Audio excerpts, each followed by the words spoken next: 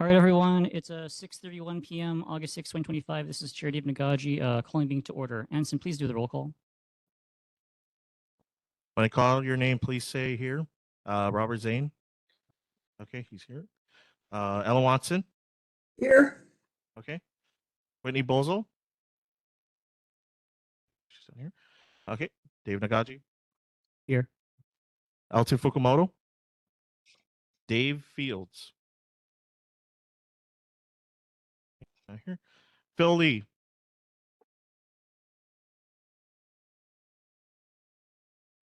Phil. Okay, he's not here. Joanne Koff. Here. Okay. Diane Chong. She's here. Christopher Moylan. Here. He's here. Jason DeMarco. Not here. Patty Quano. Robert Fox. Joseph Mashreki. Here. Timothy Palms. He's also not here. Okay. And Bradley Shields. And he's also here. That's 7 members. We do not have quorum. All right, so while we're waiting for quorum, Anson, I think you need to swear us in, right? So let's do the swearing in ceremony. Okay. Please repeat this after me. Even online, Ellen Watson and Joanne Koff. Is that okay? Okay. I solemnly swear I solemnly swear that I will faithfully support the Constitution and the laws of the United States of America, that I will faithfully support the Constitution and the laws of the United States of America, the Constitution and the laws of the state of Hawaii, the Constitution and the laws of the state of Hawaii, the Charter and the laws of the city and county of Honolulu, the Charter and the laws of the city and county of Honolulu, and the provision of the neighborhood plan, and will attend the provision of the neighborhood plan, and will conscientiously and impartially discharge my duties and will conscientiously discharge my duties to the best of my ability to the best of my ability as a member of the neighborhood to the board to which I've been elected. as a member of the neighborhood board to which I've been elected. Okay, we're all good. All right, so we don't have quorum yet. We'll go to first responder reports while we're waiting, starting with 2A Honolulu Fire Department.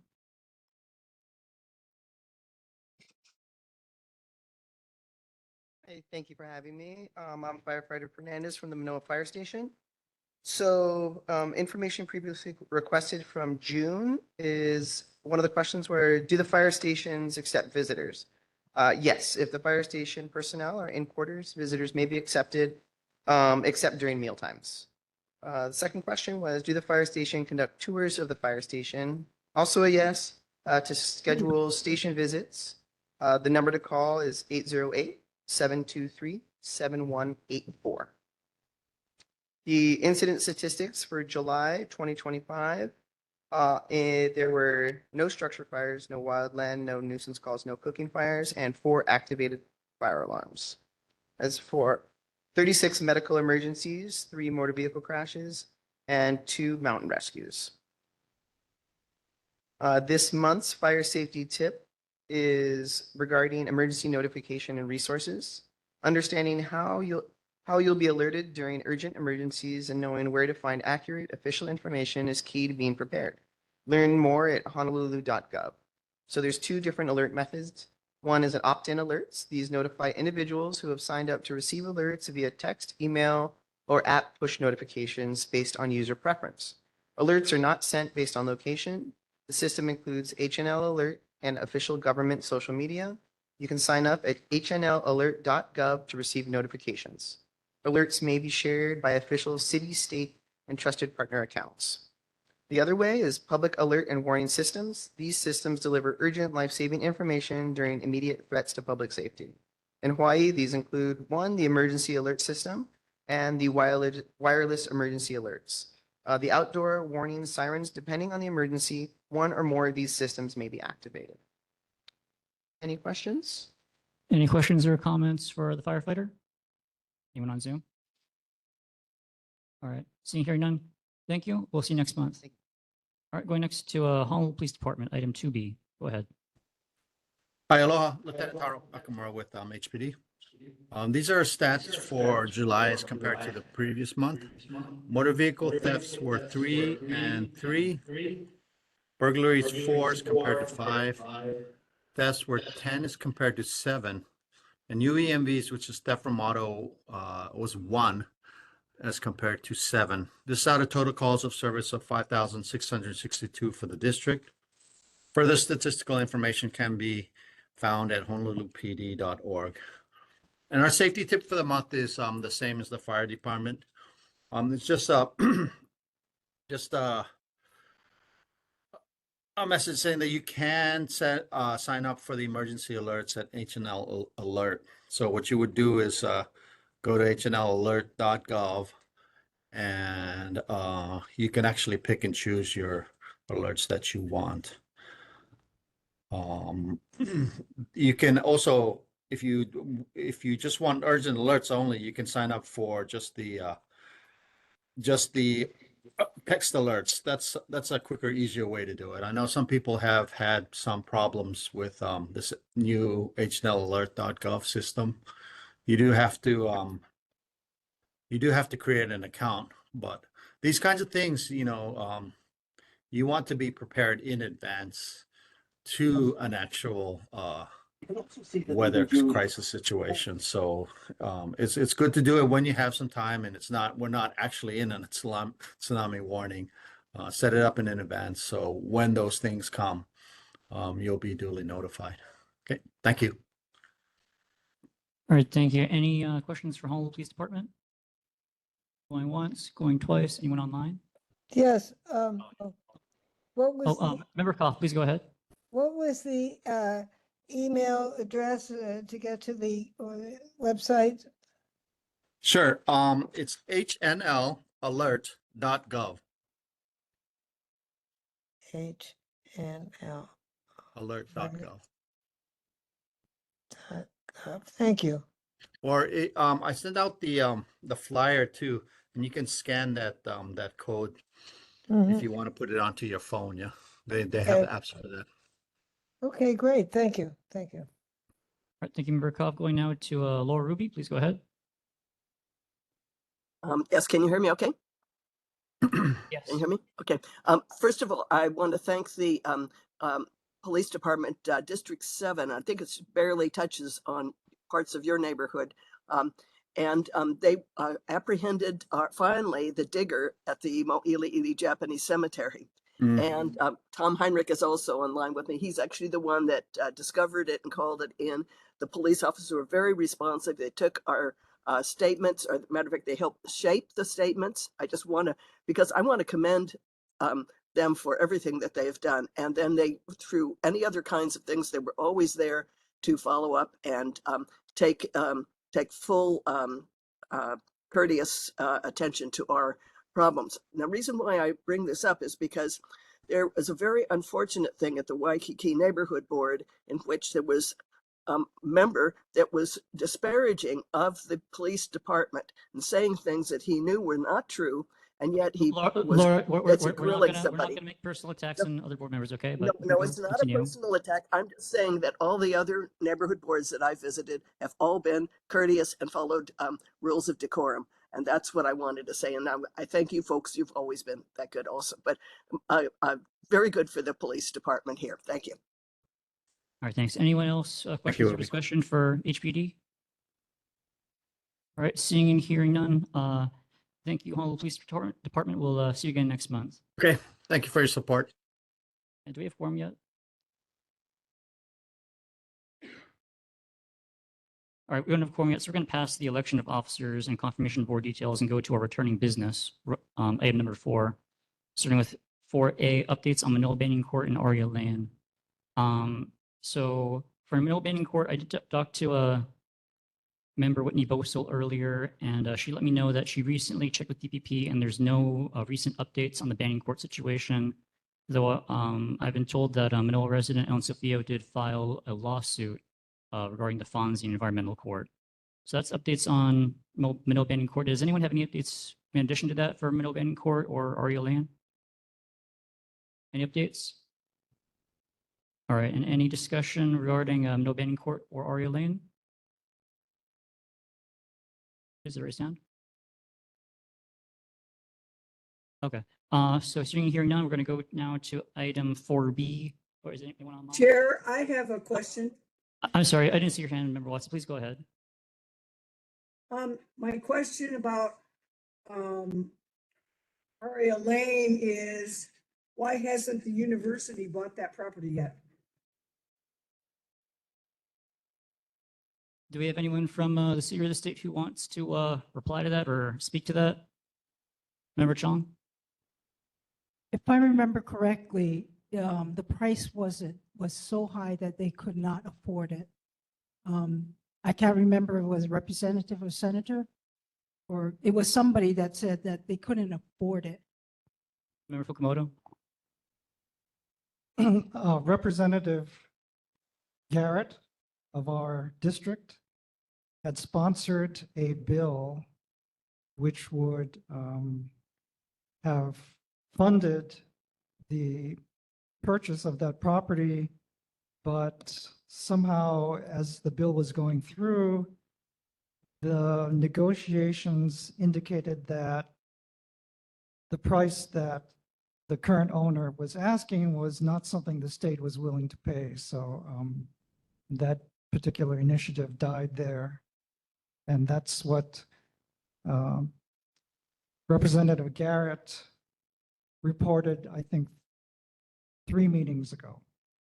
Yes, and that reminds me, Member Fukumoto, I just recalled, I think the number that Avalon's currently asking for is $50 million is their asking price, and UH isn't willing to pay that or not able to pay that.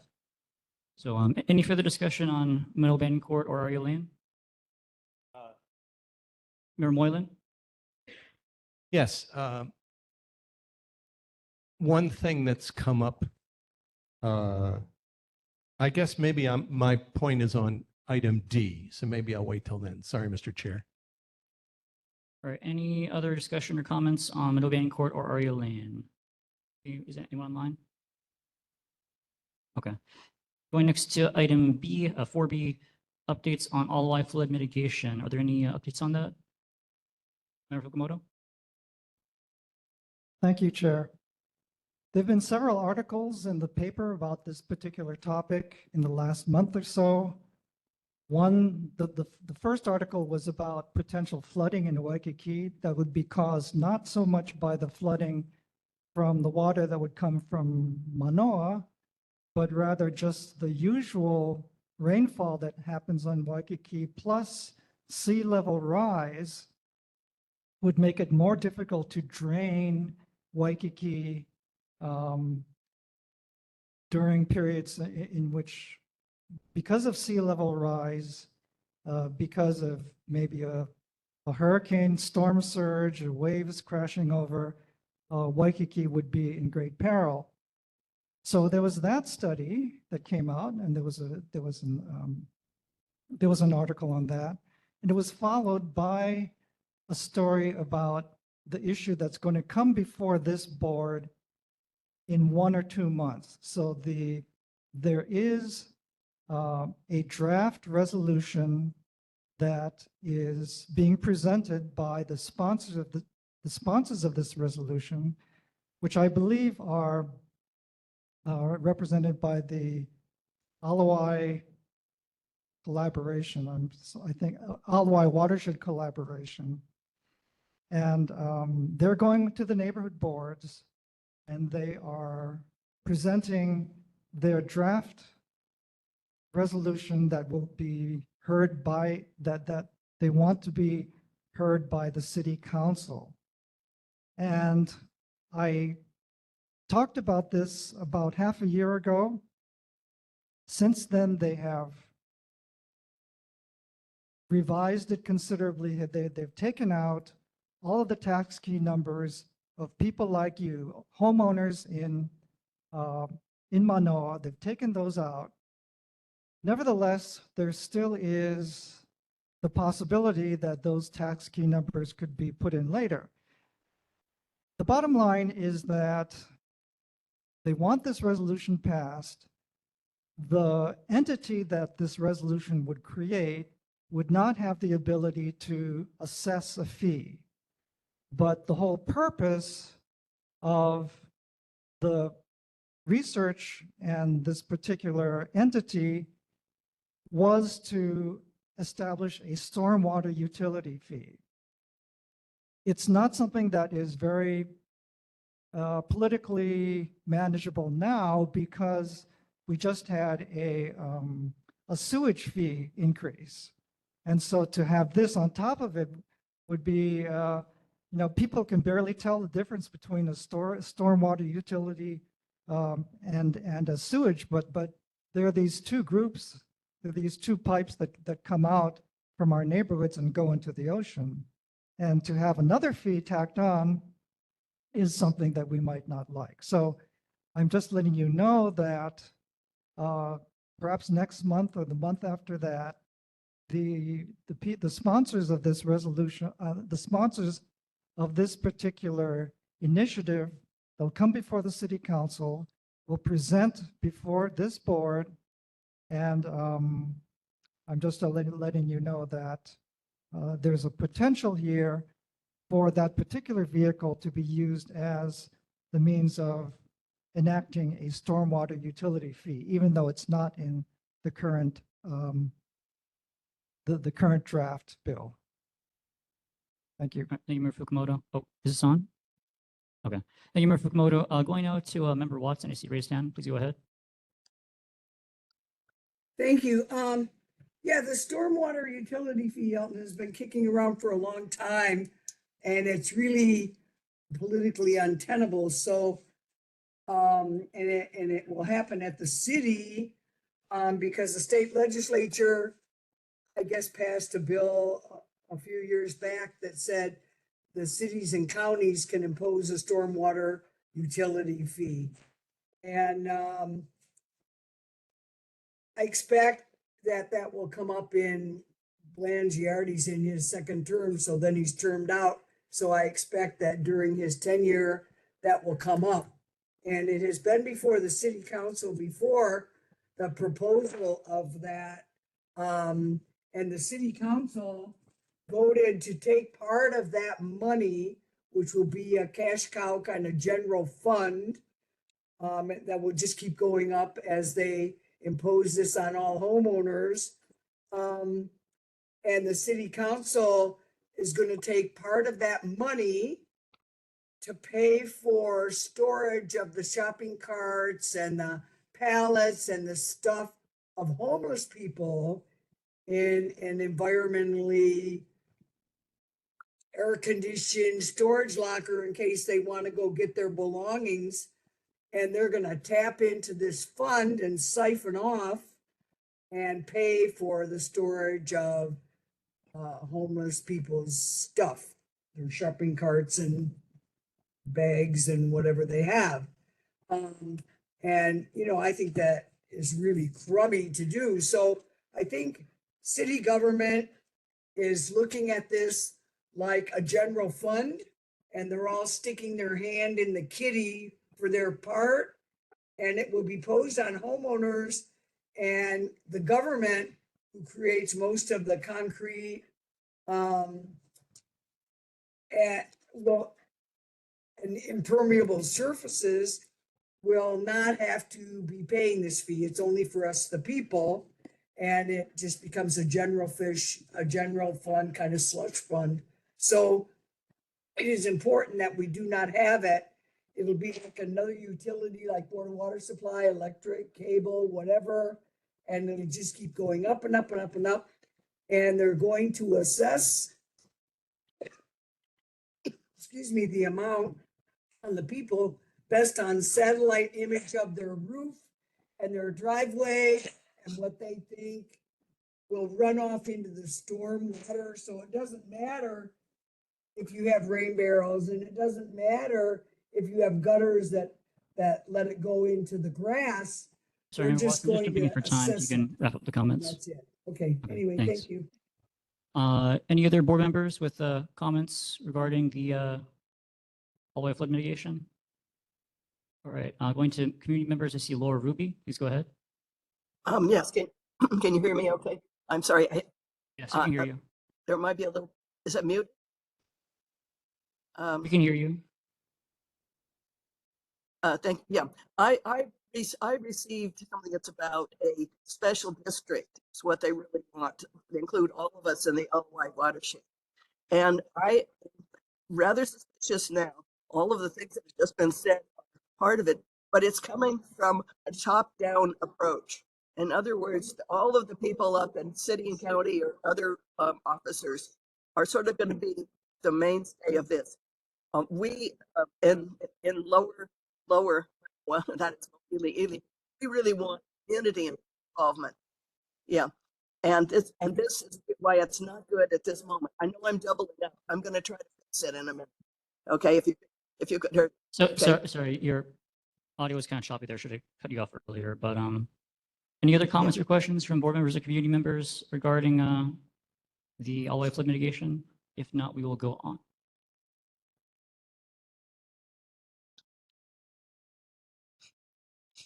I'm kind of short, so I got to move it. Hello. So my name is Amanda, and I'm the chairwoman for Kalihi Palama. I know there's special meetings at the Blaisdell for the ENV, which is for like wastewater management, all that fun stuff. This is the first time I'm hearing about this situation. So maybe someone, maybe your chairperson can get in contact with me and we draft up a resolution for there to be a special commission or something that can have that conversation, because ENV and the wastewater part of it is having ongoing conversations at the Blaisdell with many community stakeholders. I sometimes attend major hotel chains and such things, and it goes all over the place with what the data goes for the research and who's going to get what flat rate what and what that looks like. That's not existing for your situation, which is the first time I'm hearing about it. So please get in contact with me. Mayor Fukumoto, please go ahead. Well, the good thing is you haven't been contacted because this is just for the Alawai watershed. And it is true that there are other Ahupua'a,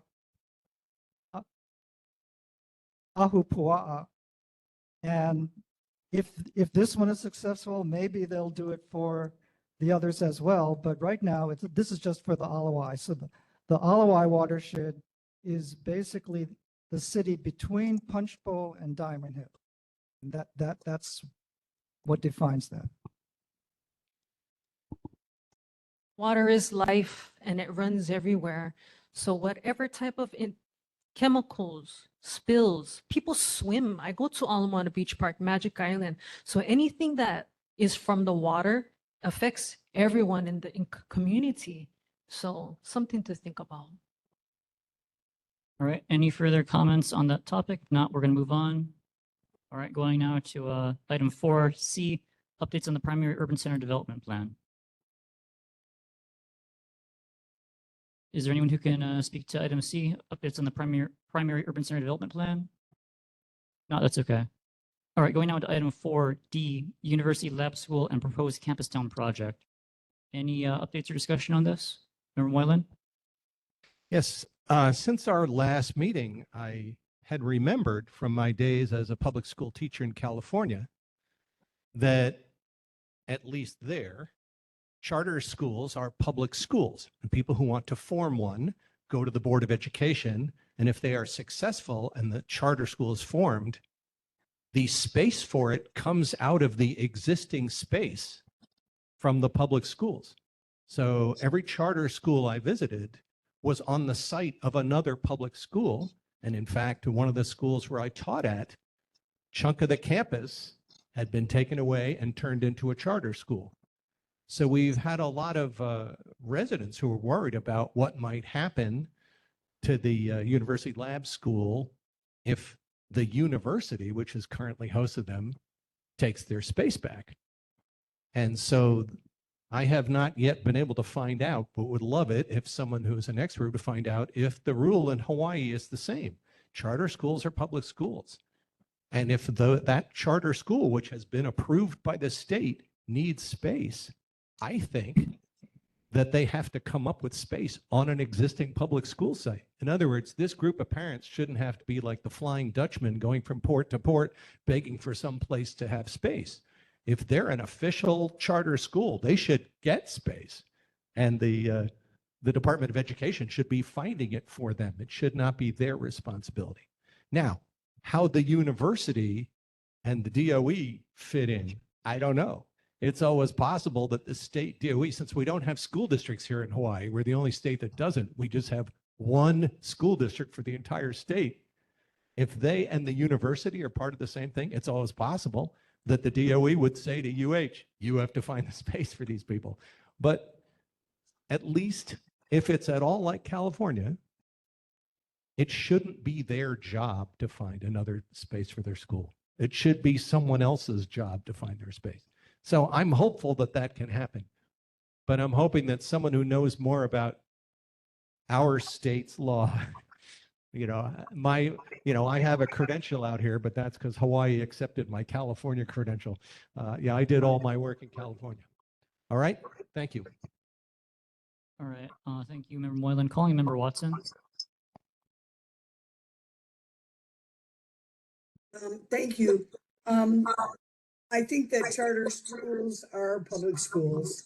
And I don't know whether the state finds them land or not, but I think the university has in mind to create a campus town of condos and restaurants and a bunch of baloney and take away the view planes and destroy all the grass and kick the lab school out. And I think they're well down that road. They're just not telling us. And you can kind of see that happening where Kukua Market, I think it was Kukua Market, is closed up and companies are buying prime real estate around the university on King Street and closing up what we knew as community so that they can open breweries and all kind of other stuff because they expect a big condo town to be developed on that site. And they know something that we don't. So if you drive down University to King that's going to go into Waialae, just look at all the property that's being bought up and the common people's thing is just kicked out. And you can just feel it and see it. And I think they're well down that road. That's why they hired Lori Lum, the lobbyist from Watanabe Ing, because I think it's a done deal already. They're just not telling us. So that's my take. Thank you. All right. And going now to Laura Ruby.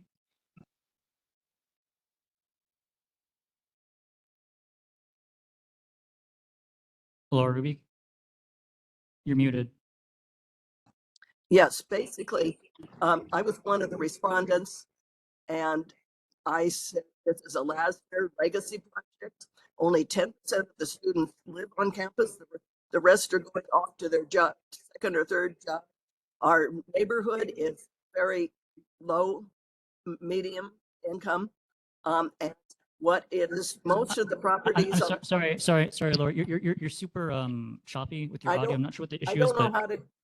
I'm going to have to go out, but I do have a few things to say, and it has to do with what quality of life do you want? Sorry, Laura. I gotta cut you off because you're so choppy. We can't understand what you're saying. We can't understand what you're saying. So open space. So as you enter Manoa, that's going to disappear and be. I'll try to come back in a little bit later. I'll try to fix it. Okay, thanks.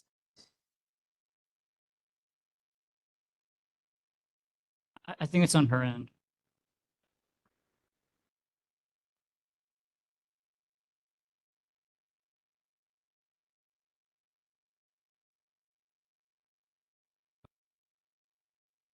But okay, so our next speaker is recognized. Please go ahead. Valena, o Cardenas Pintorco Inoa.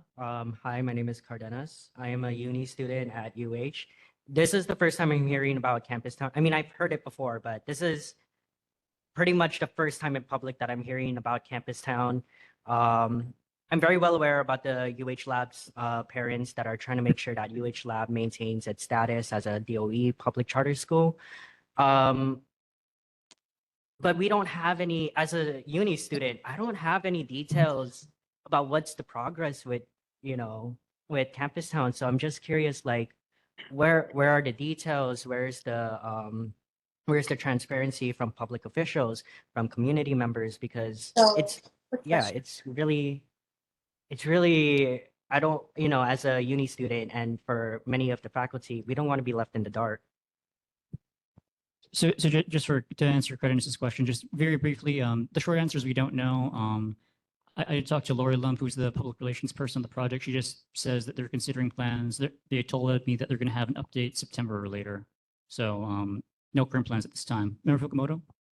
Yes, could I ask you again, do you attend the University Lab School right now? I do not. No, I'm a uni student. I'm a master's student, but I have friends that do attend uni lab, or at UH Lab, or parents that do have children that are sending their kids to UH Lab. Oh, okay. Is it possible for me to ask him one question? So what you're saying is you're a UH student and you haven't heard anything about what the University of Hawaii plans to do with that piece of property? You haven't heard anything? The only info I got is that Campus Town is going to be built or may not be built, and there is a petition led by a group of parents at UH Lab. That's the only information I've got as a uni student. Okay, thank you. Going next to Member Moylan. Yes, I had the conversation with the same individual that the chair did. And that conversation consisted of being polled. If the university redevelops this piece of its property, which do you think are the most important uses that should go in there? So they're clearly still in the information gathering stage. And of course, based on the previous revelation we had at a previous meeting that they have 8,000 people on campus on a typical day and 5,000 parking spaces, I said, I think you should build some parking so that the whole neighborhood isn't saturated with the people parking. So it was very clear they're very early in this process and they're still trying to figure out what they want to do. And they wanted to see, what citizens want to say, what board members want to see, stuff like that. So we should try not to have runaway paranoia. It's a done deal and they're just get secret from us. I don't think that's correct. I think they're still trying to figure out what they want to do. Okay, thank you, Member Moylan. So we'll go to Ellen Sofio in person. Yeah, I guess I have a comment and a question. Since Christopher Moylan, you've been on the art board until just recently.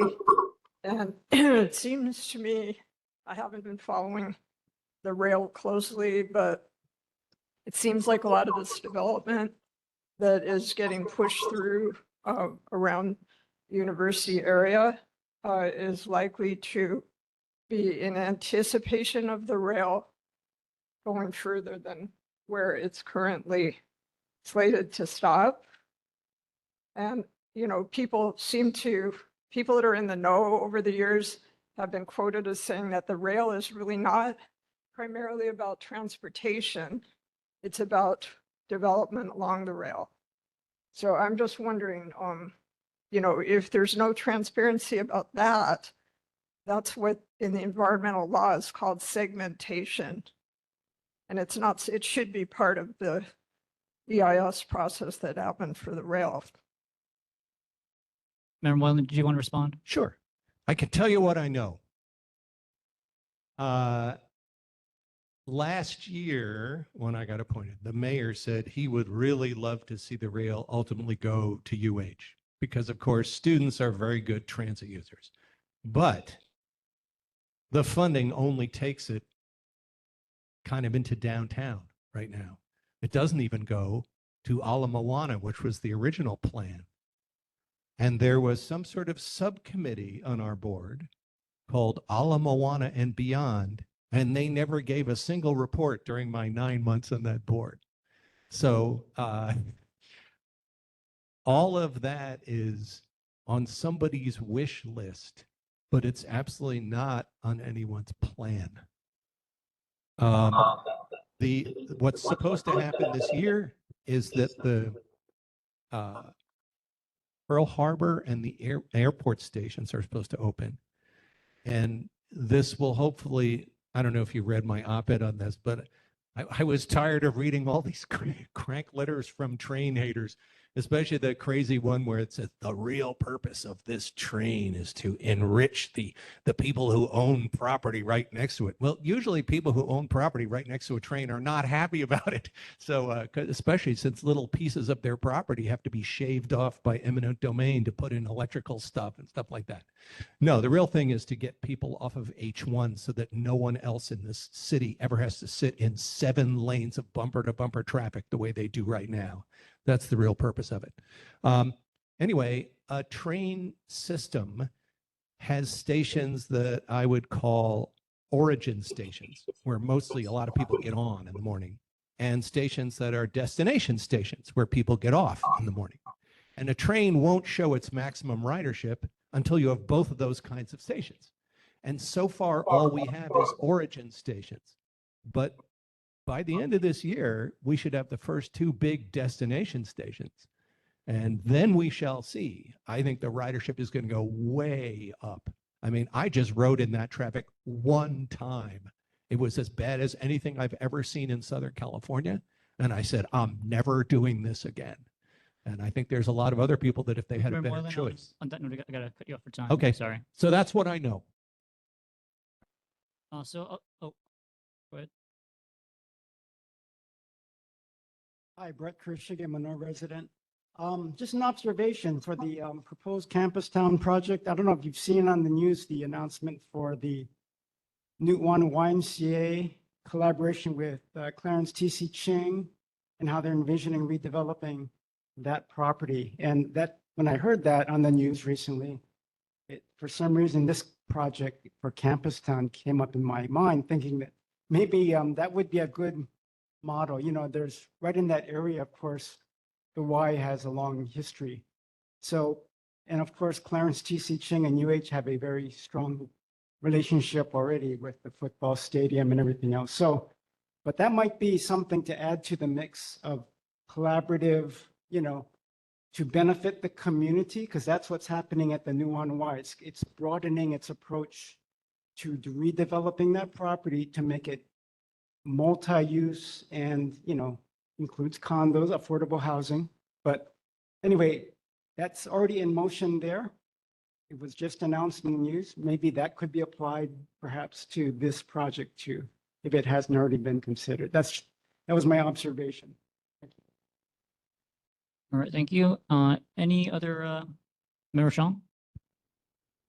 The problem is right now is we want to keep the school. It's not that we want to develop that area. It's we want to keep that school. That's the object of this whole discussion. It's not to develop it. It's to keep the school. All right, so at this time, I'm going to call on Wilbur Wong on Zoom. Hi, everyone. Thank you for the time. Sorry I couldn't be there in person today. I'm one of the parents from the University Lab School, and obviously in support of keeping the school on campus. I think just to clarify, I'm not an expert either, but as I understand, because we are a public charter school, the DOE has an obligation to provide a space if space is available, but it's up to the DOE or the Board of Education, I can't remember which one, to determine if the space is available. So I think that's also part of the concern, but the point being is that being a charter school is one thing. I think being the partner with the university is the bigger issue. If we were to move, and the College of Ed professors have said, a lot of them have said as well, and it's not just the College of Ed that partners with the University Lab School, that the proximity of having the school next to the university is a huge benefit to them. Just finding a school to do their research is difficult, never mind having to travel for that research. So anyways, just to again thank the board for the consideration and for the discussion. Um, and that's kind of what I have to share. It is not a done deal, but from our perspective, they're moving all the other entities on the block. They've already demolished the PBS building. The writing is kind of on the wall. While it's definitely not a formalized done deal, that definitely seems to be the direction they're heading. Thank you. And calling on member Ellen Watson. Thank you, Chair. I did want to say that our board had in the past passed a resolution asking the university to give UH Lab School a lease because they keep saying, oh, we're years out from doing anything. And the lab school, I think the faculty in the school itself doesn't believe them. I don't believe them at all either. And so we passed a resolution asking the UH to give them a written lease. So at least we kind of have a time frame. And they did not do it. They refused to do it, as I recall. So, you know, it's kind of like the proof is in the pudding. So there you go. Anyway, I just wanted to mention that. And sorry to Thank you. interject. We have a year-to-year lease with agreement with the university, so they can at any time just give us a 1-year notice, and we would have to evacuate, which is difficult considering we are a K-12 school. 1 year is definitely not enough notice. Right, but they did, I think we asked them for a long-term kind of Right. lease. Agreed. Because they kept saying that any development would be years out and they won't do that, yeah. Agreed. All right. So before I call on Laura Rubio, I'll just note that as I mentioned at our last meeting 2 months ago, I did send an email to Lori Lum, the public relations person for the project. I did let her know about our prior resolution from a couple of years ago, taking the position that the University Lab School should be allowed to use to have long-term usage of the project as our board's current position on the issue. And I also did make the request that one of the ULS parents asked a couple months ago that they do their traffic study when schools are in session. So that was sent to to Lori Lum, and she told me that she was going to pass it on to the other people at the development firm. So whatever it's worth, they've received that request or that position. And just a reminder, Lori Lum did tell me previously, like last year when I talked to her for the first time, that it was going to be August 2025 was when they were going to put out an official project proposal. But she did tell me more recently that because of the feedback they've received, an official announcement of what the project looks like September of this year or later. So that's what we're pending. So I'm going to call Laura Ruby, but I'm sorry, I'm going to cut you off if your audio still isn't working. So Laura Ruby, try and go ahead. Yeah, I hope it's okay now. I'm sorry for the glitch. I was a consulting party and I told them under no uncertain terms and anything be changed. It's all about putting on a campus night spot for most of the students work many jobs off campus, 80% of them. It's going to be high end. It's going to be unsuccessful. Kamehameha Schools, which owns most of the property down at Pucks Alley and everything else, are going to put in high end and they can outspend UH in any particular way. It's a Lasner legacy project. And what you will lose is the beautiful green entrance to Mānoa Valley. And that is going to be crushing to you. If you remember and talk to anybody who went to school in the 1930s, some of them are still around. It was a coming together of Tropical Ag and College of Ed. It was a wonderful coming together, and it's signified by the Founders Gate right there as you come in at Dole and University. We're going to lose all of that just to some kind of commercial entrance that's a legacy project for Lasner. It will not make money. It will be a money pit. And there is so much more to say. And the other further thing, I think some of you were at that meeting at Noelani, and people were absolutely outraged. And so many people walked out of the room because they were trying to control the whole situation. You've got to have a lot more community coming together to do it. It's not just a charter school. It's about College of Ed. The College of Ed has been reduced to a second floor in the middle of the campus. What's going to happen to our teaching cadre? We're going to lose so many teachers. We're already down 30 teachers that have come in from the Philippines. Wonderful for them, but that's not enough. We need our own local teachers. There's just so much more that has to do with that space of land that is our community legacy forever and ever. And if you folks don't come together, and we are going to go the same route from Mo'ili point of view, to come together and to keep that place what it is now. It's just, it's unconscionable what they're doing to a community. And it's because you're getting fractionate citizenry. It's not just about the charter schools, not just about College of Ed. It's about the whole of the wonderful health of the community. Thank you. All right. And Thanks. I did do a long presentation Okay. already. on Okay. this. We're going to the next. Quick question, then we got to move on Yeah, for time. Yeah. 10 seconds. So you referred to our community. Do you live in Mānoa? Do you live in this neighborhood? I live in Mo'ili. I taught for 34 years Okay, at thank you. UH. Did you hear that? 34 years at UH, and I did. Okay. And I'm okay. a public school teacher So, from way back. in the interest of time, we're moving on with the agenda. We still don't have a quorum, so we're passing both elections and board business for now and going to state monthly reports. Hopefully we'll get quorum by the end of the meeting. But so for state monthly You sure we reports, don't have quorum still? yeah, we got 8 according to Ensign. Oh. So we need one more person to show up and we can do that stuff. But anyway, what's that? I think it's Philman Lee was the Phil Lee. Yeah. Okay, so going on to state monthly Billy reports. is starting with- here. Yes, but Philly with is Philly, here. with Philly, we have 8. We need one more person for quorum because we need 9. So for now, we're doing other items. So state monthly reports. Senator Carol Fukunaga, please go ahead.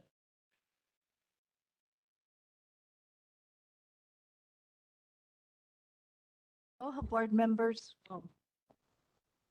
Previously, I dropped off a short notice about a virtual meeting that is being held tomorrow evening for the city's 2025 hazard mitigation plan. And so one of the reasons I wanted to bring that to the board's attention is that as we've been talking about some of the climate change issues, we went through last week's evacuation alert, and we saw how difficult it was, even though we had a lot of extra time, for evacuation. I thought it was a good time for us in the Valley to also start paying attention to some of the things that the city and state are proposing with respect to hazard mitigation. So there is a virtual meeting tomorrow evening at 6:30 p.m. The hazard mitigation report is something that people can comment on. So I wanted to encourage the board to review and also to encourage others to do so, because I know that in the past, one of the big issues has been stormwater flooding, a lot of different concerns about wildfires and evacuation alerts. And after our experience last week, I think we have to start asking ourselves, how can we work together with city and state agencies to be better prepared? So other than that, I'm happy to answer questions. Are any questions or comments for the senator? Wait, hold on. Wait, sorry, Ellen, just hold on. Is there anyone online? Any board members? Ellen Watson, please go ahead and then we'll call on Ellen Scipio. Member Watson, please go ahead. Hi, Carol. Thank you. Yeah, I don't know. I didn't get the notice about tomorrow's meeting, and I'm being virtual. So if you handed something out, I didn't get it there. So it's on the city website, or what is it? How do I find out? I'll send you a link to Okay, please do. you and Yeah. other board members and anyone Okay, else who's thank you. interested. And And, one other question I have for you. I think that the legislature should come up with a plan so that we aren't dependent on tourism anymore. And I think we as a state need to say enough is enough. And we need to understand that we have to be more self-reliant. And I think that our ag lands or land should be planted. I think there shouldn't be any solar farms and that kind of stuff. If people want to install PV, then it should be on the roofs of all the roofs in Honolulu, in Oahu, and put it on people's roofs, give them free electricity, siphon off what you need, and stop putting this stuff on the land. And the land needs to be planted with food so that we can be more self-reliant. And I think, and I can find out and maybe be in touch with your office. I think that we don't have a slaughterhouse on Oahu to kill animals. So I think they ship them by boat alive to California, have them slaughtered, and then pay to ship them back. Member Watson, just jumping in for time. I think the senator has answers for your questions, though. Anyway, I can respond think to some of we her look at those questions kind of things. offline by email. Okay. All right, thanks. Anyone else? Questions or comments for Senator Fukunaga? Oh, Ellen Sophia, please go ahead.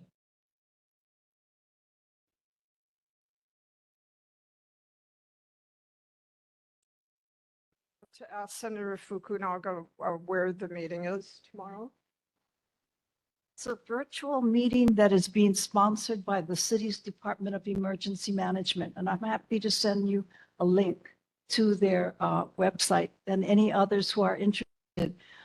They do have a copy of the approved plan, also posted, and you can look at the various chapters. And I think very typically in urban Honolulu, we are not treated as one of the most hazardous areas, but everyone who lives in the region knows that, Mānoa Valley, as well as many of the other valleys like Palolo, et cetera, are also very subject to sudden rainfall kinds of events. So it's kind of a good time for us to kind of work closely with our city and state agencies. Thank you.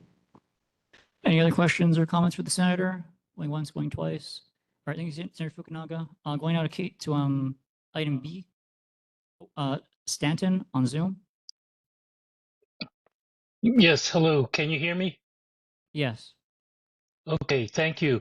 This is Stanton Lum, and I got a question for Senator Fukunaga. There's going to be a town hall meeting at Central Union Church on Friday on the Ikenakea projects in the area.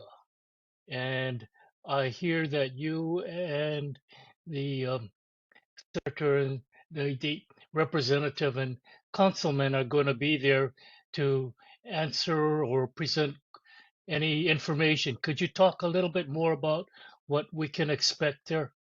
Okay, part of what happened that I guess the neighbors of the proposed Kamo'ili'ili apartments recently learned about was the fact that the project is pending consideration for state Hulame financing and also low-income housing tax credits by the Housing Finance Development Corporation. And this issue was part of the July agenda. And so when they learned about it, they immediately contacted us. They also told us that they had just received a copy of the environmental assessment approval that HHFDC had issued in October 2024 for this project. And none of us were aware of that approval, which HHFDC had approved. And so part of what we recommended to the residents and to the neighbors was to have people review that approval of the exemption from an environmental assessment, and that we would do a meeting with the residents. I don't know if we're going to be able to answer all of the questions, because some of the questions are probably going to be technical ones, but we can certainly hear what people's concerns are, take them back to the developer, take them back to the appropriate agencies, HHFDC, and also potentially the city council if the developer chooses with a 201H resolution. So 201H projects have a very short review period. So that was kind of why we wanted to make sure that we met with residents and had a chance to hear their concerns. All right, so Thank you. sorry, you just have to move on for time. So going now to Representative Andrew Garrett, item B in state monthly reports. Good evening. Can you hear me? Yes, we can hear you. Hi. Good evening. Representative Garrett is unable to join tonight as he's attending a University of Hawaii function. His role as a chair of the House Higher Education Committee. so he apologized for his absence. But he asked me to just share a quick update. It now appears that a special session may no longer be necessary since many of the federal funding cuts in the One Big Beautiful Bill Act won't take effect until 2027. This gives us more time to plan for the regular session rather than rushing into a costly, immediate special session. Representative Garrett continues visiting UH campuses statewide and will have toured all 10 campuses by the end of this fall. These visits help guide his work to support UH and our students. He also welcomes your input as we prepare for the 2026 legislative session. Now is a great time to reach out with ideas or concerns. So please, as a reminder, our number is 808-586-8475. Now put it in the chat for you. Thank you. All right, please stick around for a minute. Do we have any discussion or any questions for Representative Andrew Garrett's office? Anyone online? All right, seeing, hearing none. Thank you for coming in to give the presentation. We're going to go to our next speaker, which is 60 Governor Josh Green's Representative Lacey Goshi. Please go ahead. Oh, I'm sorry. I skipped you, Elmer. Item C, University of Hawaii have no updates. I'm with Elmer Kai. Thank you very much. Elmer Kai, University of Hawaii. I have this two short announcement. August 19th to the 21st, our students move in to the University of Hawaii campus. It is very different this year. We have a designated time in which each of them has to come in. So you have a day and time in which each resident come in. So they won't come in and line up. They have a specific time frame in which they can move into their dorm. The move-in is from 8 to 5, nothing after and nothing before. So this will alleviate traffic.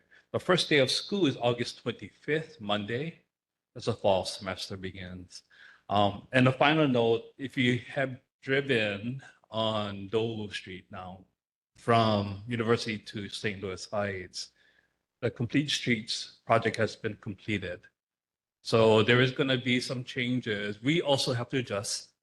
We're asking for everybody's patience because the 2 lanes that used to be there is only now 1 lane both ways with and it was really created. I truly agree with this for pedestrian and bicycle safety in that area. So if you look at it, it's a very design. So we're just asking people to be patient, but I'm open for questions, Chair.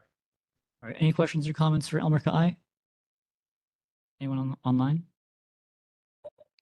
Yes, can you speak about Member Koff? Yeah. Can you speak about the planned development at the University of Hawaii with respect to the lab school and that area that's going to undergo a big commercial development? Sorry, Joan, I have to defer to Lori Lum. She is the point of contact with that. She is taking the lead. We actually are just the contractor for the for Lori's office. So coming in, maybe she can come in and speak to that, but I cannot speak directly because I don't know the overall concepts. I think that Chair, would be a good idea. Yeah, I understand, Joan. That's all I can share right now. Bring that back and try to get us some more information about it. I'll have for sure. Thank you. Thank you. Chair, I do want to answer one question you had earlier about the commission. Is actually you should invite the executive director for the public school commission. I think it's Ed Knoll. He's very good. He can come in and do. Charter school is under a commission through the department, so have him come in. He can probably explain more detail. But they have a good communication team, so that might be helpful. Okay. And calling next on member Ellen Watson. Thank you, Elmer. How is it that, what's the process so that we can have the university host university athletics and football games and volleyball and whatever they do, but no high schools, so that your facilities will be used by the university and for graduations, for whatever, And so we can be spared all the high schools that want to play their final things there, their final games there, their graduation there. And they just clog up the roads terribly for those of us that live in Manoa. And it's fine. It's one thing if it is university stuff because it's university. But I think it's a stretch and an overreach for the university to extend all this to all these high schools. I mean, have your graduation at your high school, you know, kind of things. And if you have too many students, then you do it on separate days or whatever. But I think they should not come and be using the university and all the roads in and out.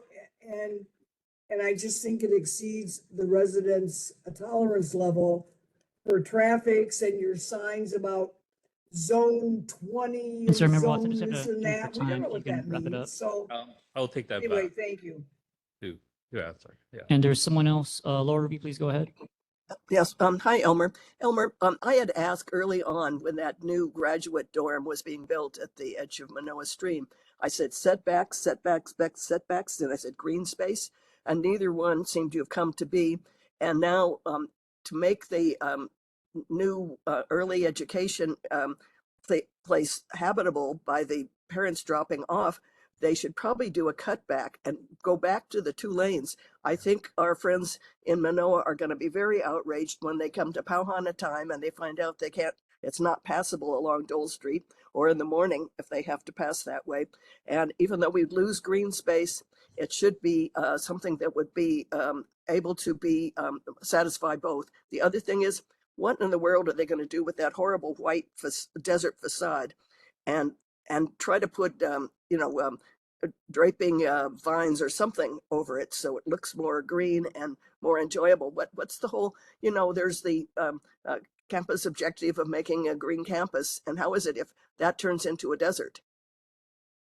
Sorry, you're my friend, but I got it. I always ask these kind of questions. Yeah, thank you. Got it. Welcome. I'll get back to you now. Okay, All thank right. Any final questions for Elmer? Not? All right, thank you, Elmer. Oh, Thank you. Robert Zane? Oh, okay, sorry. All right, going now to item D, Governor Josh Green's Representative Lacey Goshi. Hi, everyone. So just some quick updates from the governor's newsletter. As bill signing season has concluded, successfully signed hundreds of bills aimed at enhancing safety and providing essential support to our communities across Hawaii. These new laws will improve public safety, healthcare access, and environmental sustainability. And one of the bills I wanted to highlight that Governor Green signed was Senate Bill 1300, which is now Act 139, which expands access to free school meals for students who qualify for reduced price meals. And the program starts in the current 2025-26 school year. So families are encouraged to apply for meal benefits to determine eligibility, and details are available at DOE's website, hawaiipublicschools.org. And then to view the rest of the governor's newsletter, that's available at governor.hawaii.gov. Which I'll also put in the chat, and happy to stay on for any questions. All right, any questions? Goshi? Anyone on Zoom? All right. Oh, Member Fukumoto, please go ahead. So my question is, if the governor sends one of those messages which says it's an intent to veto, and then the governor decides to sign that bill anyway, is the change of heart explained in the governor's message? I guess that's my question. If it goes from the intent to veto list and then signed into law, are the changes highlighted somewhere? Is that your question? Yes, this is specifically related to SB 935, which was the subject of a letter to the editor in the local paper dealing with the retirement benefit for members of the state judiciary. And the governor had filed an intent to veto and then decided to sign it. Oh, okay. I can check with the our policy team and get back to you and the rest of the board on that. Thanks. Any other questions or comments for Lisa Goshi? Member Watson, please go ahead. Thank you. I asked at the last meeting we had about, there was a bill to give the Invasive Species Council and make them Invasive Species Authority and give them a whole bunch of money. And I asked if the governor was going to veto that. And I was hoping that he would, because I think the measure passed, because the Invasive Species Council has failed to keep out any invasive species from Hawaii. And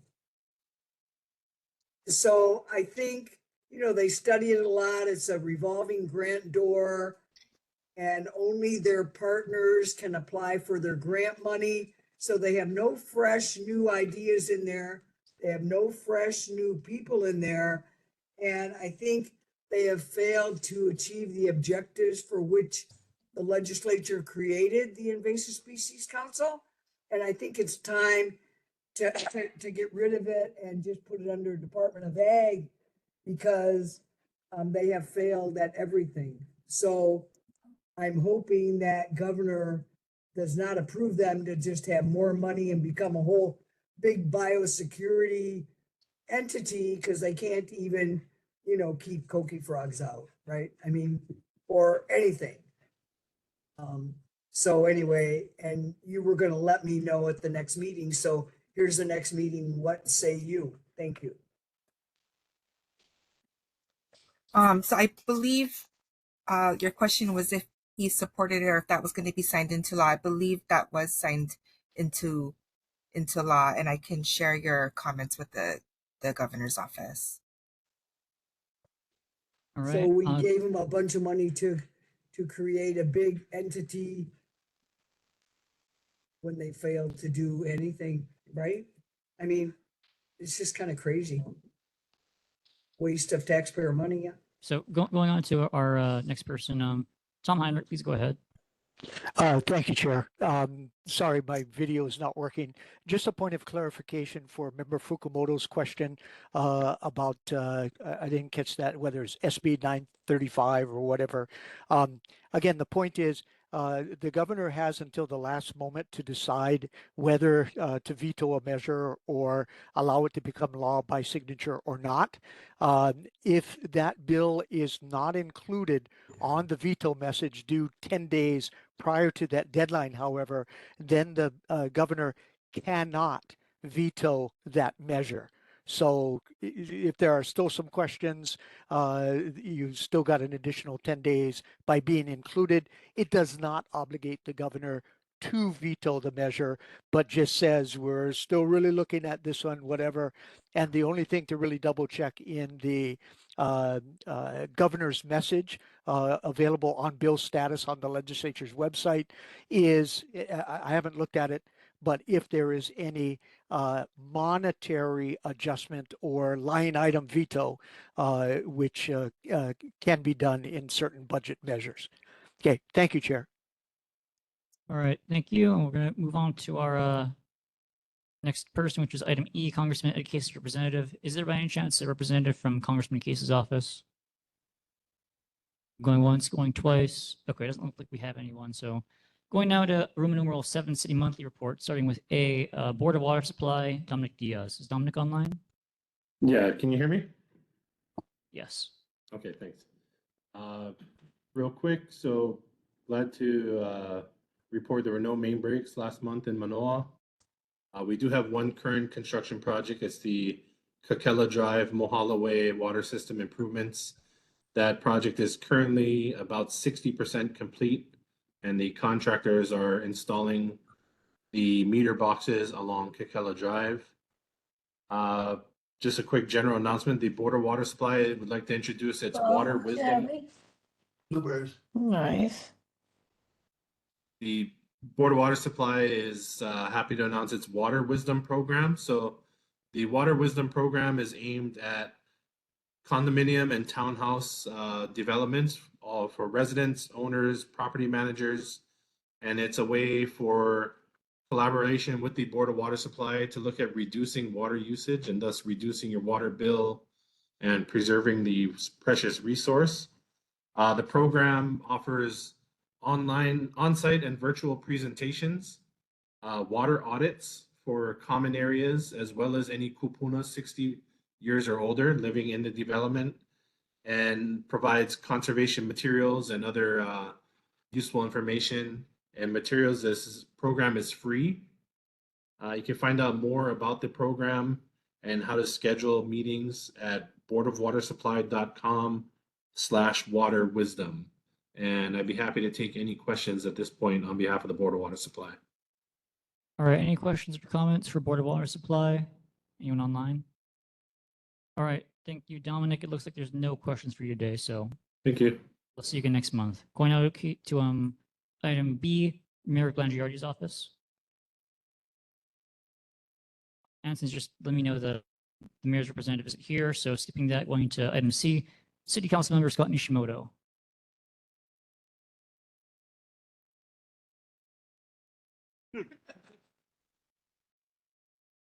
Thank you so much. Well, you weren't my professor mid-pack, but you were there. Teacher, okay, teacher. That's why the claps. Good evening. Happy to be here. Apologize the past few months I haven't been here. Your meeting falls on our full city council meeting day, and we've run late several nights. And then last week when the parking lot was empty and I figured out you guys are on recess. So I apologize. We had a full council meeting today. I think the big issue was Bill 37, which had to do with Haleiwa project. It's been in the news a little bit. We heard a long list of testimony, and then referred the bill back to committee for more work, which I think was the right decision, probably. We got several emails from Mānoa folks who had concerns about the project. So I think sending it back to zoning committee was the right decision. In the interest of time, I'm sure you guys have questions, so fire away. Are any questions or comments? Member Chong, please go ahead. Hi, I'm questioning about your budget allocations that you did. Well, that the council did. Well, okay. I mean, Palolo got 2 million and Kaka'ako got 13 million. And then Manoa got 500,000. Yet what I'm trying to say is we need sidewalks on Laurie Avenue. I have seen kids from Noelani walking on the streets. I have seen someone walking a dog in a wheelchair on the street. I've seen a parent pushing her son in a wheelchair on the streets.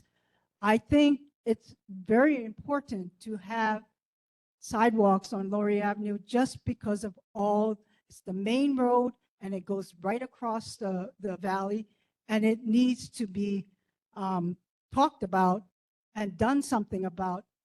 If you have all these people, all these areas getting money, yet Manoa doesn't have for that Main Street, I think it's something to look into. Thank you. And hopefully done next year or something like that, because we really need sidewalks. It's very dangerous.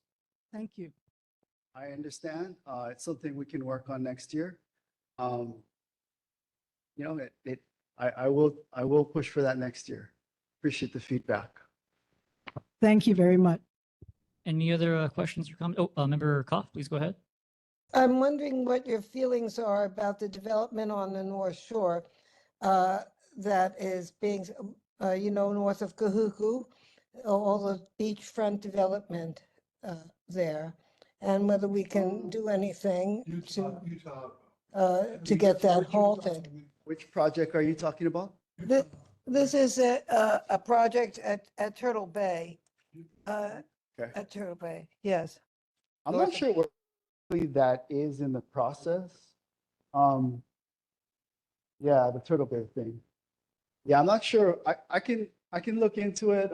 I would appreciate that. Yeah, I mean, it's not in my district, so I'm not directly on top of it, but I'll look into it. Thank It you. hasn't come before the council since I've been there, though. Thank So- you. It will be, hopefully. Thank you.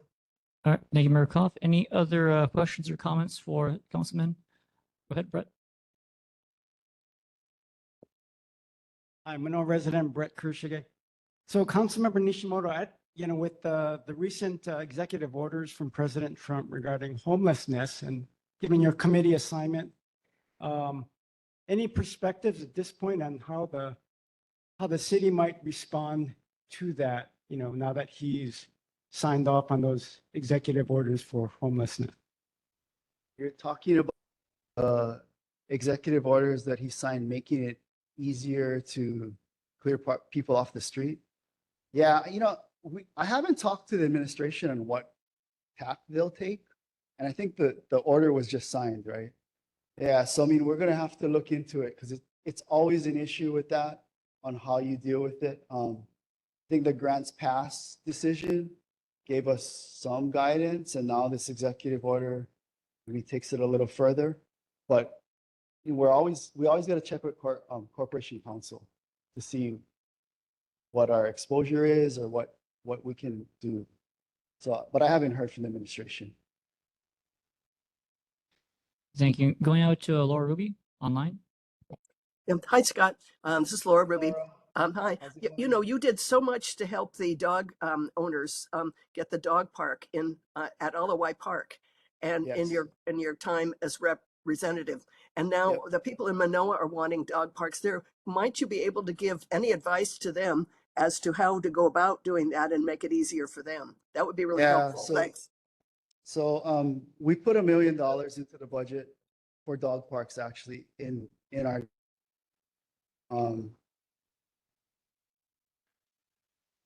yeah. Sure, it's okay. Just let the councilman finish. Yeah, so we put in an appropriation for dog parks. I'm a big supporter of dog parks. I think not only do they help dogs, they help build community amongst people. So we did put in $1 million for dog parks in our district. And I'd like to see one in Manoa. I know you talked about it being informal, but if we can have a kind of a formal one, I think that'd be great. And we do have dog parks on the agenda as its own item if people want to talk about it later. But any other questions or comments for the councilman? Check online. Anyone online? Ellen Sofia, please go ahead. Just a couple quick comments. One is just reiterating what I just said about the dog park, that I hope that if we spend $1 million, it doesn't ruin something that's working really well now. And if you go up there, you'll see how well it works. And it's very heavily used, and the dogs are almost all off the leash and they get along fine. And it's a wonderful way for them to get exercise and for people to socialize. So it's a really working situation now. And the other thing I wanted to say is, I'm not sure which road Diane was referring to that needs sidewalks. Laurie Avenue, the main road in Manoa that goes across the valley. Okay, I just wanted to clarify that. I live at the end of Pamoa Road, which has no sidewalks. I've lived there for over 20 years. It's very safe. People walk in the road there all the time with baby carriages, dogs, ride their bicycles without bike lanes. So you have to look at each individual situation. It shouldn't be just a knee-jerk reflex that you need sidewalks. So I just wanted to make that point. Okay, and any last questions or comments for the councilman? Just checking anyone. Okay, thank you, Councilman. Former Chair Dylan Armstrong, please go ahead. Aloha, Chair Nagaji, Councilmember Nishimoto, members of the board. I just wanted to clarify for apparently a confused audience that Lowry Avenue is a major arterial road. It is not an alley like the end of Pamoa where you can walk safely because there's almost no car traffic. This is very dangerous for disabled people in wheelchairs, mothers with strollers, all sorts of folks. Cars go flying down Lowry Ave. So Diane Chong was completely right. I get really tired of people politicizing safety and confusing their part of the valley with other parts of the valley that have nothing to do with them, and then trying to stop anything that makes life safer and better for people who are vulnerable. Can talk more Okay, about it, Dylan, but Dylan, I'm done with my soapbox. so I'm just gonna. I see Ellen Sophia getting up, and I don't want to start beef with you in the meeting, so I'm just gonna cut you off there, and I'm gonna move us on before things get personal. No, I'm already done, but yeah, that just needed to be made clear because those are totally different roads. Okay. Anyway, so Excuse me, I just no, want to sorry, make sorry, it clear. sorry. Dylan, I didn't. Don't sit down. We're not recognizing you. I'm sorry. I don't want us to get into it with the two of you right now. Anyway, okay. All right. So Any final questions? yes. Any final questions for the councilman? Okay. Okay, thank you. Thank you, Councilman. Please stick around if you can. All right. So we still don't have a quorum, right, Ensign? No, yeah, we don't have quorum still. All right. So because we don't have a quorum, we're just going to go to the items that we can talk about without having to do votes. So we're passing everything in having to do with elections and setting board rules. So we're passing all of item 3. But looking at board business, we can't talk about committees. We can't add any new members, but we can talk about dogs and parks. So this is item C in board business, Roman numeral 5, item C, dogs and parks. So just remind everyone, the city's Department of Parks and Recreation is considering ways to make local parks more dog friendly.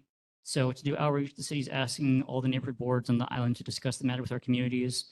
The Department of Parks and Rec says it would appreciate hearing back from your board by August 29, 2025, and has specifically identified the following parks in our district: Caminelli Park, which they say are dogs prohibited; Wilder Avenue Mini Park, which they say are dogs prohibited; and Manoa Valley District Park perimeter area, which they say are dogs allowed if on leash. So we're just opening it up for people to share their opinions on dogs and parks in the area, and any feedback people give here, I'll just write it up and send it to Parks and Rec so they can take our feedback into consideration. So any discussion on that topic for me to forward to Parks and Rec?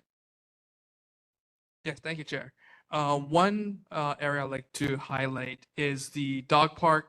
I'd like to see like a fenced-in area for dogs to properly go off leash.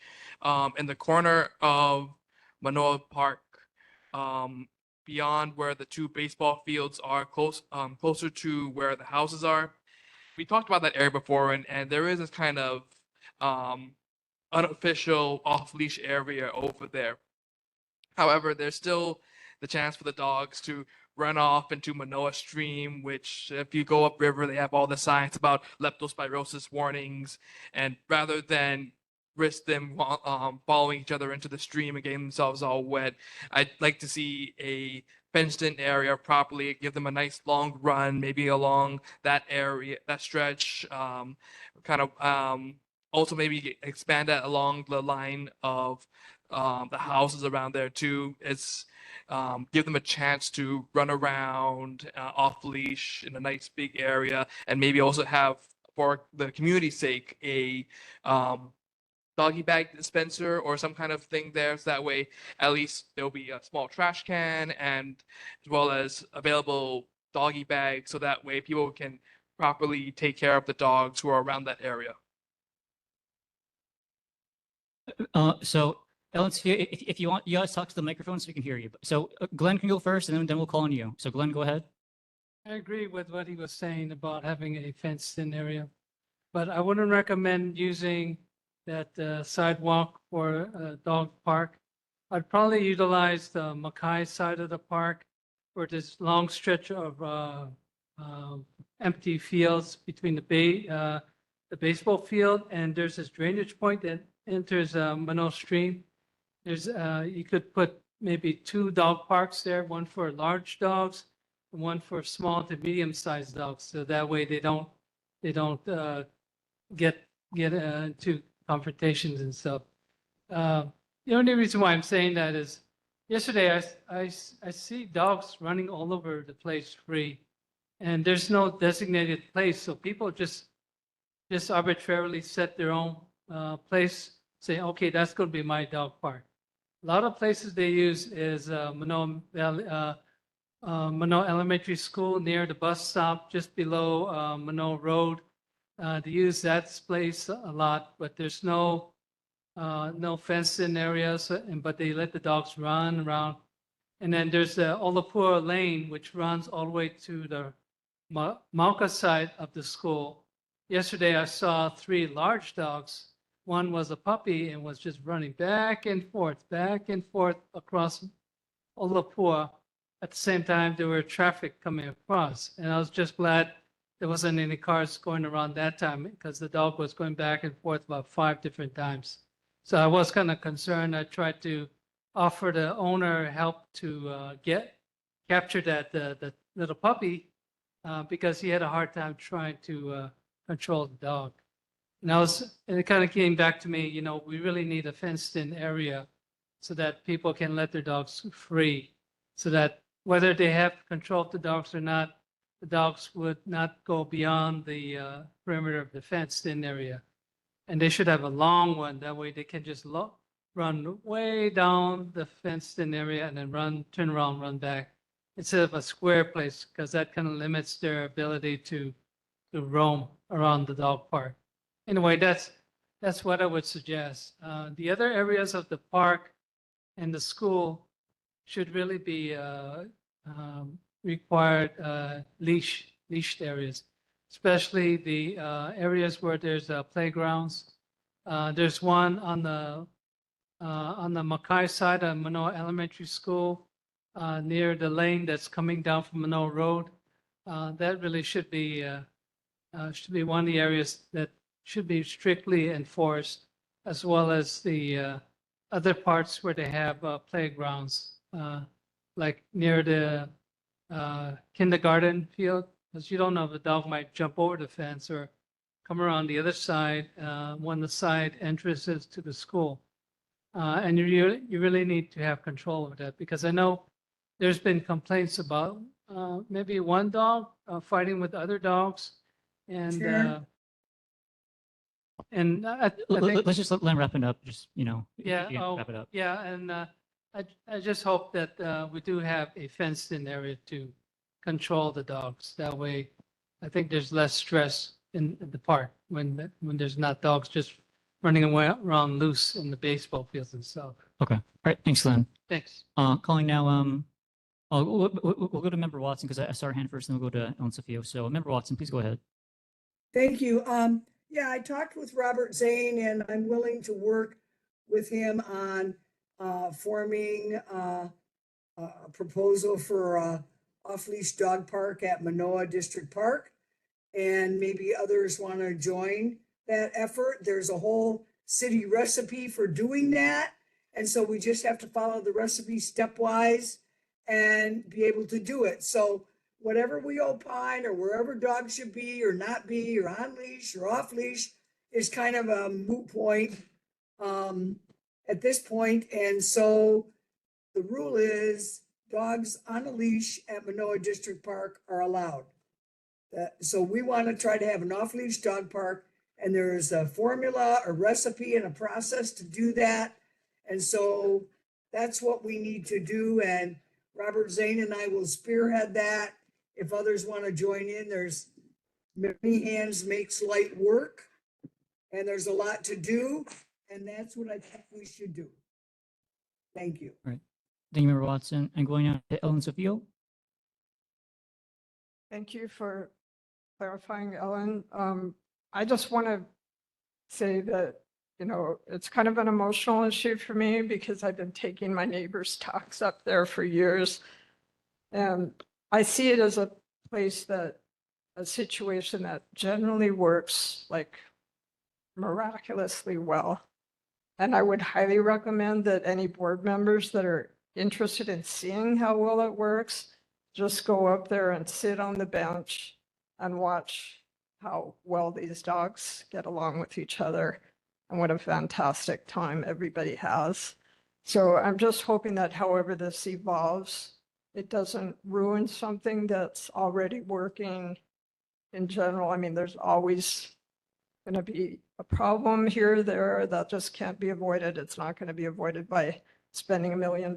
So I just hope that you guys can maybe pay a visit or two and see how well it works the way it is right now.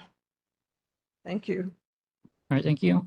And Councilmember Ishimoto. I just want to clarify something. So it's $1 million for as many dog parks as we can do in District 5.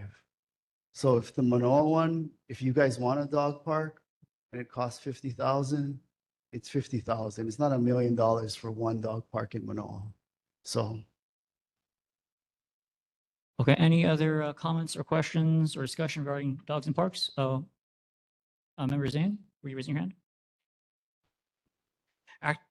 To add on to what Glenn was saying, he had some very good ideas, and what he mentioned about the small dog park and the large dog park section is a good idea. If anybody's been to the dog park around the Ward area, right across the street from the South Shore Market, that's a good example of a potential dog park that we could base some ideas off of as well.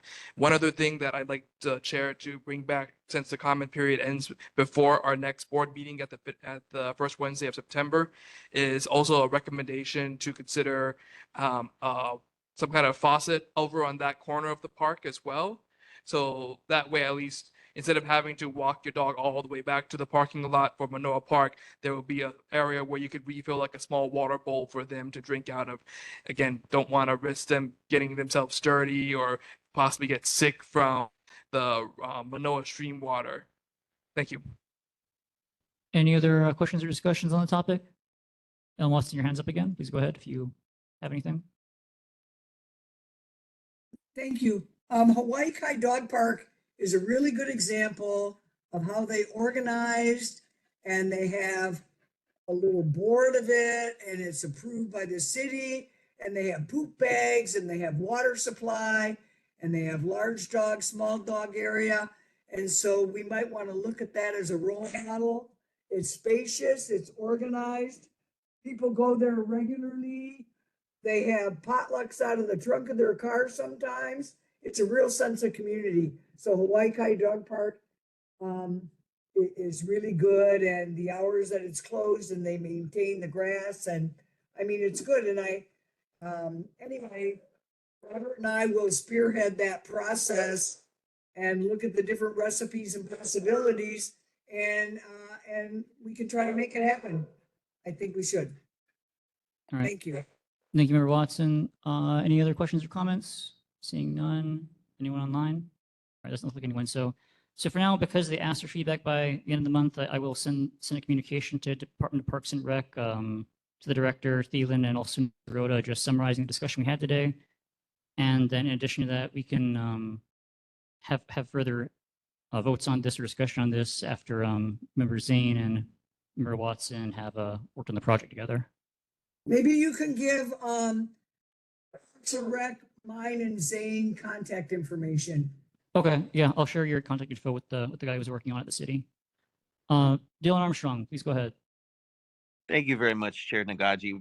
One point to keep in mind is that when I was a member for Subdistrict 4 and also chair of the board, I was invited to participate in Mary Knoll School's conditional use permit meeting, which was generally monthly. They do have a private dog park closer to H1, that side of the district. So there are other potentially private lands that come into play as well for some people in the board district community.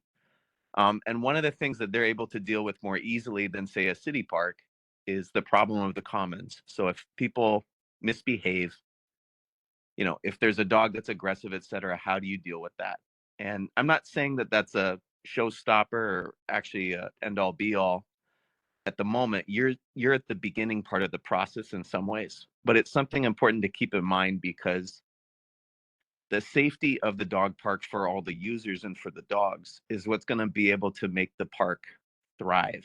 And, you know, Manoa Valley District Park I've used with dogs. It's worked pretty well for me as well. But that is always something you need to keep in mind for the discussion, because it's your parameter for how many people can safely use the park. So you don't want a situation where only the neighborhood bully can use the park. Okay, thanks. Okay, moving on to our next item. So the other thing we can do in board business, because it doesn't require a vote, is item D, which is Manoa's five-way intersection. Because the last meeting, we discussed the resolution, possibility of replacing this intersection with a traffic circle or roundabout, and we postponed the vote so that Member Moylan could do fact finding. So do we have any discussion or any information on that? Yes, here's the feedback from the City Department of Traffic and Transportation. They say that the layout is sufficiently complicated that they might actually have to go out and do a little more surveying to clarify exactly where the public right-of-way is and the city property and stuff like that, to see if it's feasible. So they've been working on it for 2 months. You remember we had our discussion 2 months ago, and we were all debating as to whether it was feasible or not. So we said, why don't we find out from the professionals whether it's feasible or not? So the professionals are working on it, and apparently it's not a trivial task. But I heard back from them today, and I will continue to communicate with the chief engineer over there who's supervising that project. And as soon as we find out whether it's feasible or not, we can then proceed. If the answer is no, then the issue's dead in the water. If the answer is yes, we can make a resolution encouraging the city to put a traffic circle in there. When I called over last time, I asked about the traffic circle, and the person who answers the phone goes, "You mean a roundabout?" Yes, they also call them that. And in New England, they call them rotaries, but they're all the same thing. And I will keep you guys informed. All right, thank you, Member Moylan. Any further discussion on the topic of a roundabout or traffic circle or rotary? Anyone on Zoom? All right, Dr. Venegas, please go ahead.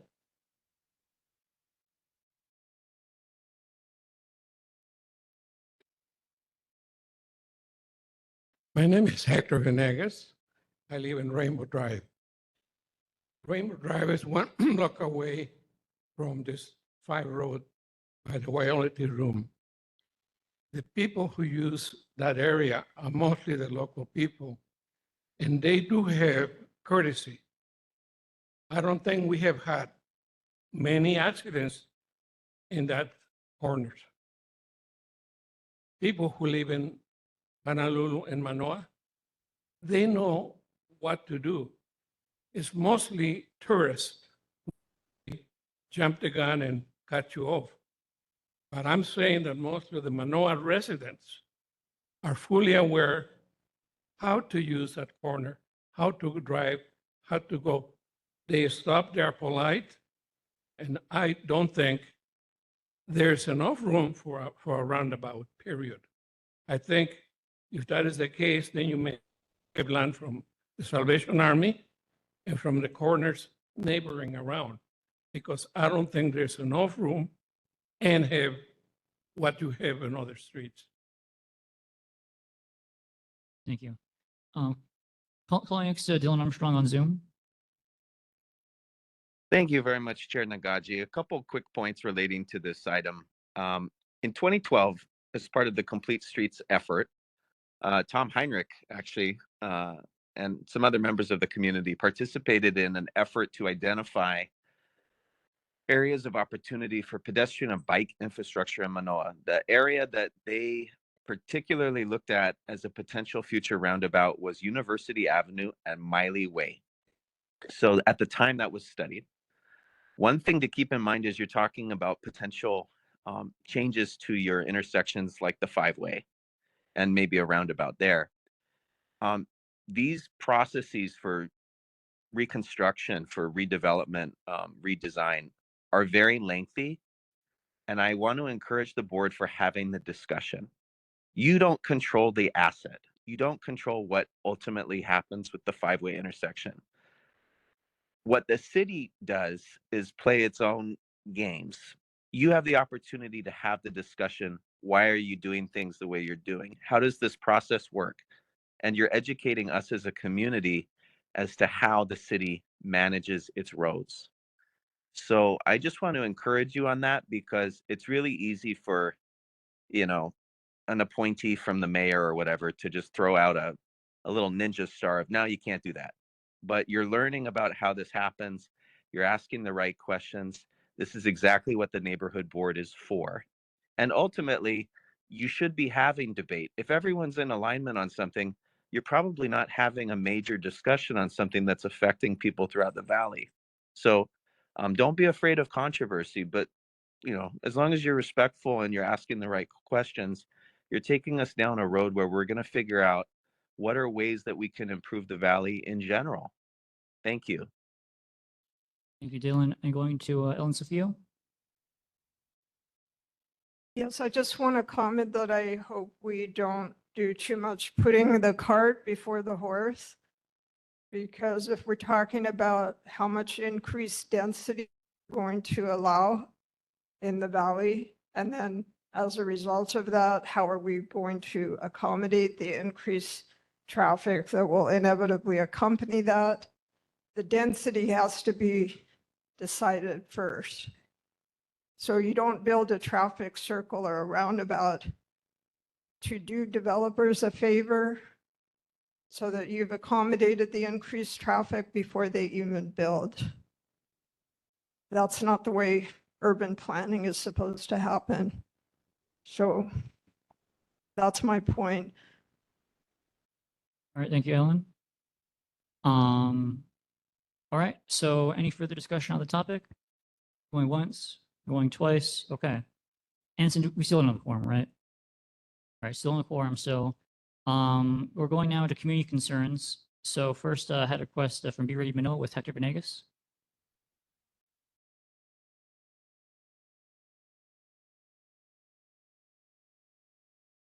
I do have an announcement.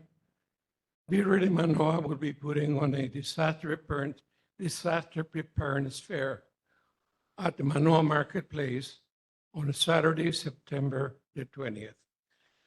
We have invited and they have accepted most of the city and county and the state disaster preparedness groups, such as the Hawaii, the police department, the fire department, HAIMA, the Office of Climate Change, Board of Water Supply, American Red Cross, and some of the private sector, Elderly Affairs, Emergency Amateur Radio.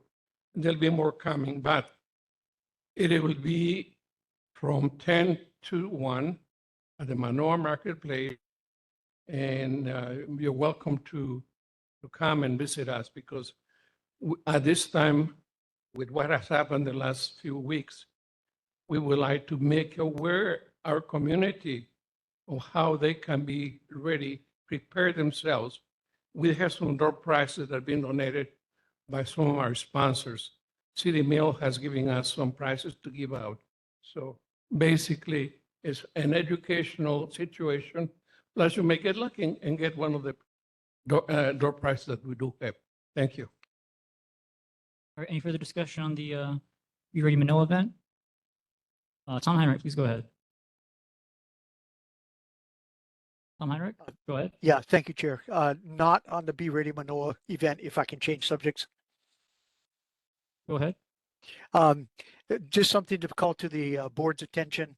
We're still fairly early in the process. I put in the chat some information about the now ongoing Honolulu Charter Commission, which the intent is to consider proposals for various possible amendments, changes to the Honolulu City Charter, which in essence is the constitution for the city and county of Honolulu. The main point, especially for the boards, the neighborhood board system to pay attention to, is that the last City Charter Commission, ostensibly it meets every 10 years, and then things that make the cut go to the general election ballot in the next election, so in November of 2026. But the 2015 to 2016 Charter Commission entertained for some time a proposal to repeal and remove the neighborhood board system from the city charter. So the neighborhood board system does get a lot of attention, and it is something to monitor. It's a little bit hard to find the website on the city's website itself, but if you just remember honolulucitycouncil.org/charter-commission, you'll get there. Okay, thank you, Chair. Member Moylan? Yes, I appreciate this subject being brought up because I've already talked with our council member and the mayor about a couple of minor tweaks to the charter that would make life on all boards and commissions a lot simpler. You will notice that we have nominally 17 members on this board.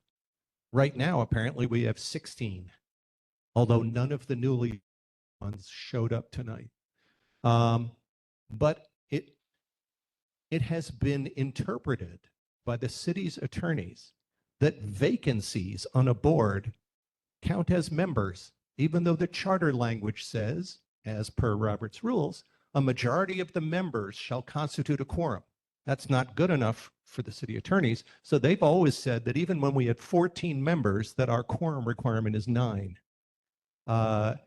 Couple of simple tweaks to bring it back to normal Robert's rules would greatly enhance our ability to conduct business. It's always very awkward when people come down here, including elected officials, and we can't conduct any business because we didn't have enough of a quorum. I certainly apologize to the members of the community for that, although, you know, I did what I could. We need to make it easier to get our business done. There's a supermajority requirement in the charter that says you can't pass a motion unless a quorum of the hypothetical full membership votes for it. That's ridiculous, and it is clearly not the purpose of Robert's Rules of Order. That needs to go away. So when I bounced a couple of these off the mayor, he was encouraging, and I will continue to try to pursue these, getting these on the ballot so that we could actually do what real parliamentary bodies do, which is a majority of the actual human beings who sit on it is a quorum. And as long as a quorum is present, a majority of those members present is sufficient to pass a motion. That would take the handcuffs off of every board. What? Just jumping in for time. Okay. Anyway, so I'm working on it. And Mr. Heinrich's right. Thanks. And Tom Heiner, did you want to respond to that? Yes, just very, very briefly. First, understanding that concern, but the requirement is established by state law, and that is the basic starting premise there would have to be addressed by the legislature. However, Chair, I would strongly ask that, in fact, maybe a little bit of time, 5-10 minutes at the next the September meeting be devoted basically to a brief discussion, which I'd be happy to contribute to, concerning the difference between the Honolulu City Charter and the neighborhood plan, where many of the other things that Member Boylan was just addressing can be dealt with in discussion now before the Neighborhood Commission. So there's different overlays legally as to what the neighborhood boards must do and different applications of law. Thank you, Chair. Thanks, thank you, Tom Heinrich. And sorry, I'm just going to call back Councilmember Scott Nishimoto.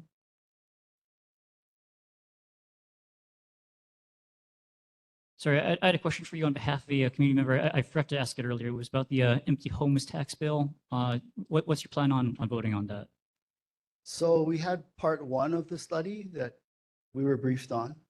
There's a part 2. I read something in some media outlet that the administration may have canceled part 2, but we didn't hear anything. I'm new to the council, so I've never actually had a committee hearing with the empty tax bill. So I'd really like to hear public testimony and go through a hearing before I decide, which I think is the way it's supposed to go. All right, thanks. Yep. That's it. Any other items people want to bring up during community concerns? Member Moylan?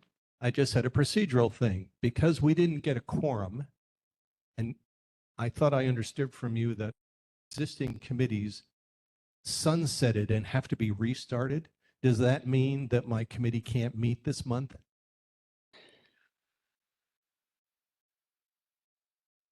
Yes, I think that's right. That one, I'm not too sure. I can bring that back to the office and I can email you if the answer. Okay, I need to find the answer. I'll do that. Sorry. Okay, thanks. Any other questions? Anything else for community concerns? Okay. Going on to announcements. Member Fukumoto, do you want to make an announcement? Thank you, Chair. Every year there is a book sale for the Mānoa Library. This is one of the best deals you'll ever get because virtually all the books there can be had for $1. And this year's book sale is going to be weekend of September 6 and 7. So that's on Saturday from 9 to 3 and on Sunday from 10 to 2 at the Mānoa Library. In addition, if you'd like to contribute any books that you would like to have sold,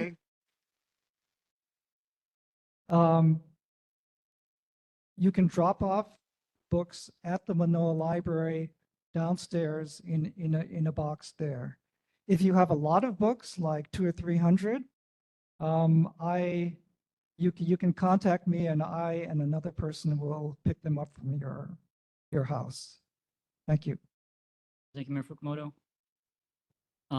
Member Watson, please go ahead. Yeah, I just had a question about that. How then do they take magazines also? Right New now, magazines? No, I don't believe so. So in addition to books, I think that there are CDs and maybe albums, and those are the only other kinds of things that they accept. Thank you. All right, so going to our other announcements. So our next meeting is going to be, next regular board meeting will be held on Wednesday, September 3rd, 2025.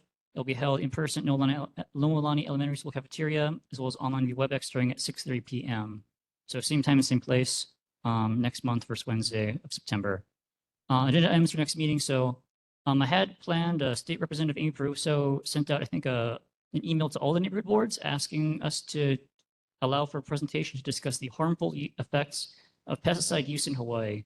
I did want to put that on. I also do want to try and put on Tom Heinrich's 5-minute presentation on the charter versus neighborhood plan. But because we passed all of our officer elections and board rule votes and committee votes and minutes votes, that also has to get passed on to the September meeting. So until then, I guess I'm going to remain as chair pro tempore, and all officer elections are pushed back to September. I see a recent from Member Watson. Did you have something you wanted to say? Yeah, if Stanton, can you clarify what condo project that is that has a meeting sometime? I'm unclear. Is that the one on Old Wildlife Road or what? Stanton was talking about that. Does someone know? I didn't recognize the name of the project. That's why. I don't recall, and I didn't write it down. Can any? Tom Heinrich has his hand up. Tom Heinrich, please go ahead if you have the answer. Yeah, real brief. It is in the area of Wilder and Alexander. Okay, so it's in that portion of the neighborhood board district. It is not the one over by the off-ramp at Old Wildlife Road. Thank you, Tom Heinrich and Member Watson. So lastly, Yeah, thank you, Tom. Thank you. So lastly, our Olelo rebroadcast you can watch on the second and fourth Saturdays of the month at 3 p.m. or every third Tuesday at 9 p.m. or online on the Olelo website or on the Honolulu City Digital Archives. So that's all the agenda items we can do without quorum. Does anyone have any final announcements of anything before we adjourn? Going once, going twice. All right, meeting is adjourned. See everyone in September.